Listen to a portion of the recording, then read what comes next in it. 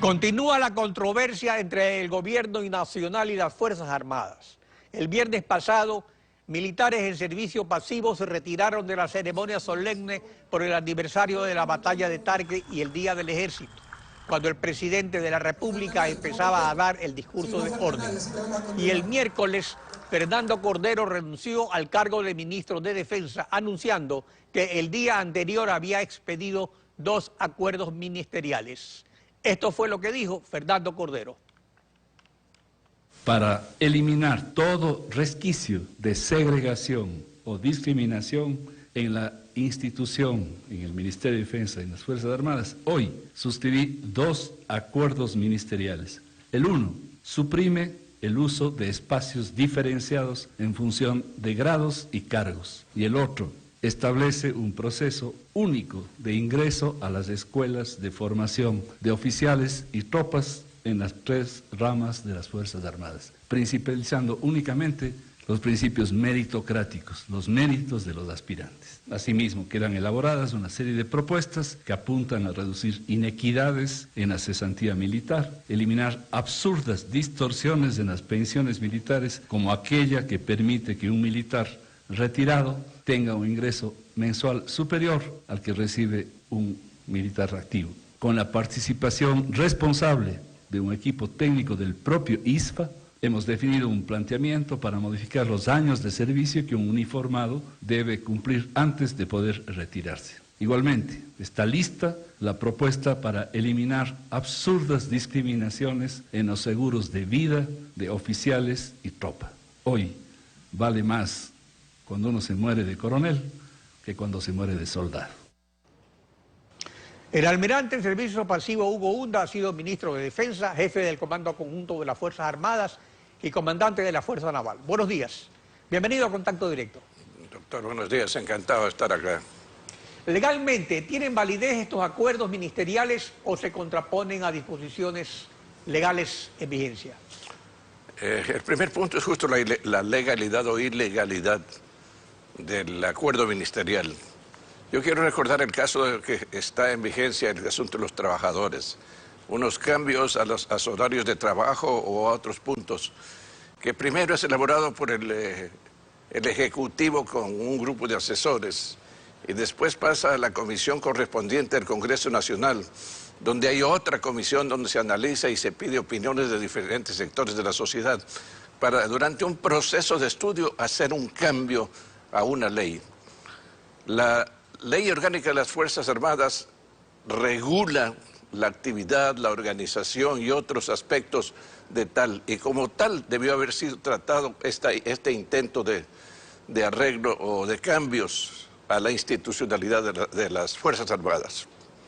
El acuerdo ministerial 066, que dispone la eliminación de tratos discriminatorios que generan desigualdad entre la oficialidad y la tropa en espacios diferenciados, como comedores, casinos, baños, etc.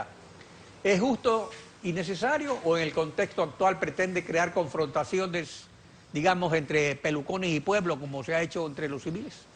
Bueno, yo creo que, y eso me referiría después, todas las acciones que el hombre en general y la sociedad hace tienen un propósito. No son las cosas que se hacen exactamente, sino tienen un propósito del por qué hacerlo. Estas acciones de discriminación que se mencionan están afectando y van a afectar a las Fuerzas Armadas en su institucionalización, en su organización, en su estabilidad y así otros aspectos que no pueden ser cambiados de la noche al día y que son imposibles cambiar físicamente. Habría que cambiar toda la estructura física de las instalaciones militares en tierra y peor aún en un buque. Los buques que no son hechos en este país y que son históricamente de hace siglos, son hechos para que exista un camarote para el comandante, camarote para los oficiales y, como se llama, entrepuente para los tripulantes. Y vienen hechos también para que existan las cámaras donde se come o se rancha, para estos diferentes niveles de la organización de la tripulación de un buque. Y lastimosamente puedo decir que en Ecuador Si no compramos buques afuera, aquí nunca los podremos hacer. Es decir, que eso responde a estándares internacionales de las Fuerzas Armadas. Internacionales e históricos de 1000 años atrás. El acuerdo ministerial 067 dispone la unificación del sistema de reclutamiento de oficiales y tropas para que se haga efectivo el principio de la meritocracia. ¿Está en lo correcto o el sistema actual no necesita ser mejorado? No es ningún asunto nuevo. Yo me voy a referir a mi persona. Cuando yo ingresé a la Escuela Superior Naval en el año 55, la escuela estaba completamente abierta para cualquier ciudadano bachiller que cumpla los requisitos. Igual sigue ocurriendo hasta ahora. Cualquier ciudadano que cumple los requisitos siendo bachiller puede ingresar tanto para ser oficial, tanto para ser tripulante. Es decir, el campo está abierto, la puerta está abierta. E inclusive los gastos los corren las Fuerzas Armadas normalmente. A través de los años, para ser un almirante o un general, se necesitan 35 años de carrera aproximadamente, durante los cuales el tiempo, los estudios, la eficiencia del trabajo, etcétera, le permiten ascender progresivamente, no por decreto ejecutivo, progresivamente hasta los grados superiores.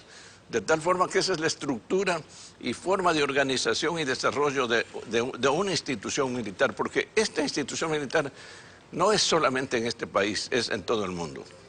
De acuerdo a su experiencia, lo que está ocurriendo, ¿es una provocación para que haya un levantamiento o para evitarlo descalificando un eventual arbitraje militar que están dirigidos por una cúpula que estaría cometiendo actos discriminatorios, según vemos en estos acuerdos ministeriales y en los otros cambios que se anuncian? Mire, yo creo que las acciones que el poder político que nos rige, que no es solamente asunto del Ejecutivo, sino del Legislativo, están ocurriendo desde comienzos de este régimen.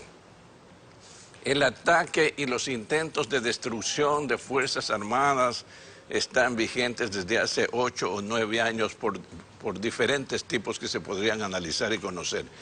Entonces, para mí este es un intento más de destruir Fuerzas Armadas con intereses políticos, sobre todo políticos de un sistema político.